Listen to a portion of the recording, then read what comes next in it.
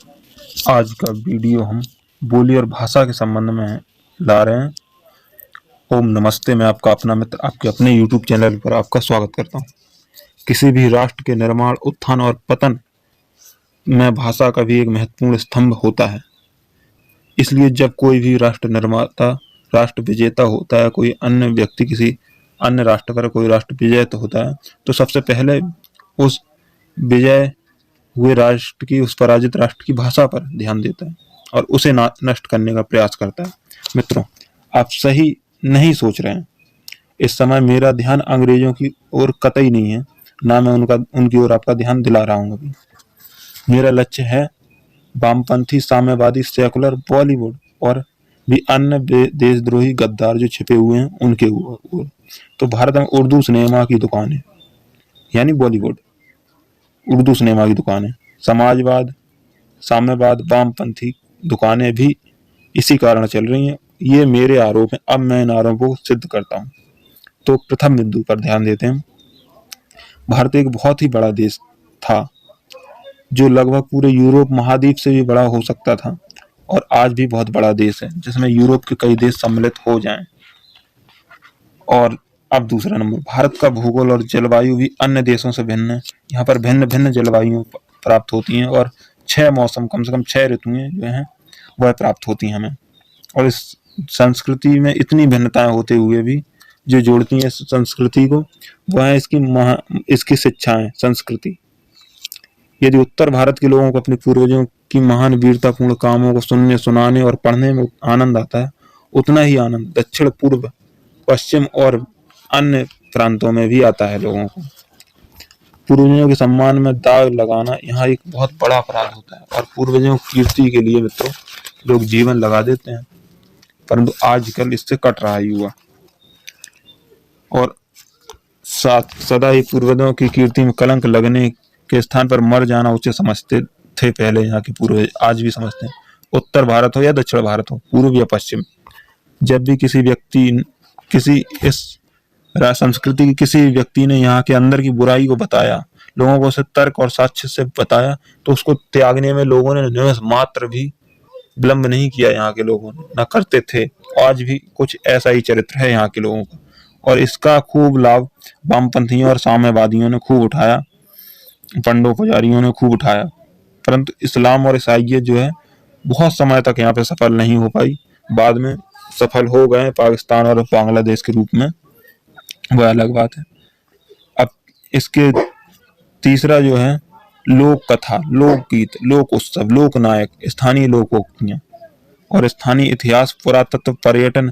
वैसे यह सब तो भारत में विभिन्न विभिन्न क्षेत्रों की भिन्न भिन्न होती हैं, परंतु यह भी पूरे राष्ट्र को एकता, अखंडता और भ्रातृत्व के संबंध में बांधती हैं।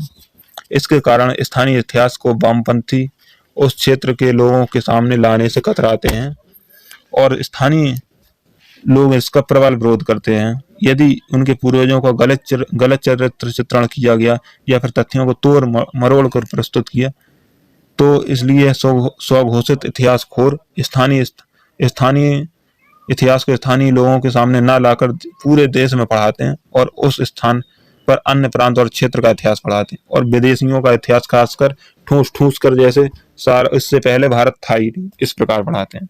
और इन सब योजनाओं को सफल बनाने के मार्ग में बाधक स्थानीय बोलियों और भाषाओं को रास्ते से हटाने के लिए उर्दू फिल्म उद्योग चला।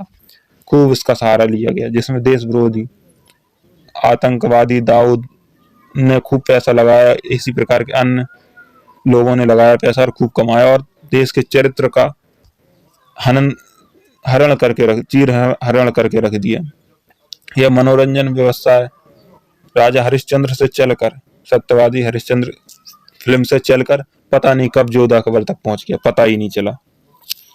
इससे प्रारंभ में भारतीयों को स्वच्छ मनोरंजन और मिला, परंतु बाद में इसने कितना अहित किया, देश के चरित्र का कितना हनन किया, यह तो सारा देश जानता। क्या क्या दिया इसने, हत्या के आइडिया, कत्ल के आइडिया और रेप आदि के आइडिया और भी अन्य प्रकार के आइडिया, यह तो देश जानता है।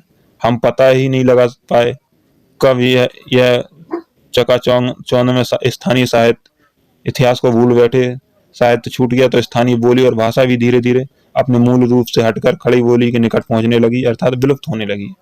जिसमें भारत का कोई इतिहास और साहित्य नहीं है। खड़ी बोली में मित्रों स्मरण रखिए आप, भारत का कोई महत्वपूर्ण इतिहास नहीं है, कोई भी ज्यादा नहीं है इसमें।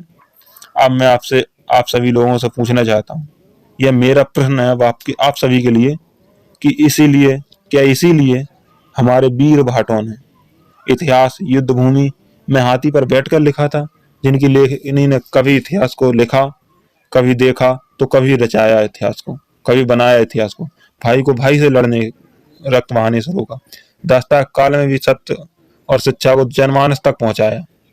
कभी वह वेदों के घर में हाजिरी लगाते थे तो कभी अन्य जनमानस के चबूतरों पर, कभी वह व्याकुल जनता को धड़स बनाते थे तो कभी लड़कों को उच्च चरित्र की शिक्षा देते, उन्हें उनका कर्तव्य स्मरण दिलाते, व्यभिचार और व्यसन से दूर करके कर्तव्य की ओर ले जाते। कभी प्रजा की व्यथा का ताना राजा को देते और कभी प्रजा की अकर्मण्यता की खूब खरी खोटी प्रजा को सुनाते और कभी राजा को सुनाते। उनके इन गुणों की धाक तो पूरे देश के राजा मानते थे, वे किसी के भी दरबार में बेरोक टोक आ जा सकते थे। तो यह भाट थे। अब भांडों की बताऊं मैं। भांड आजकल यह भी बेरोक टोक किसी भी टुकड़े टुकड़े गैंग के पास जाते हैं और कहीं भी जाते हैं। यदि आज बॉलीवुड को रोकना है तो स्थानीय स्वस्थ मनोरंजन को आगे बढ़ाना ही होगा। आप सबसे आह्वान है कि आप आए आगे इसके लिए।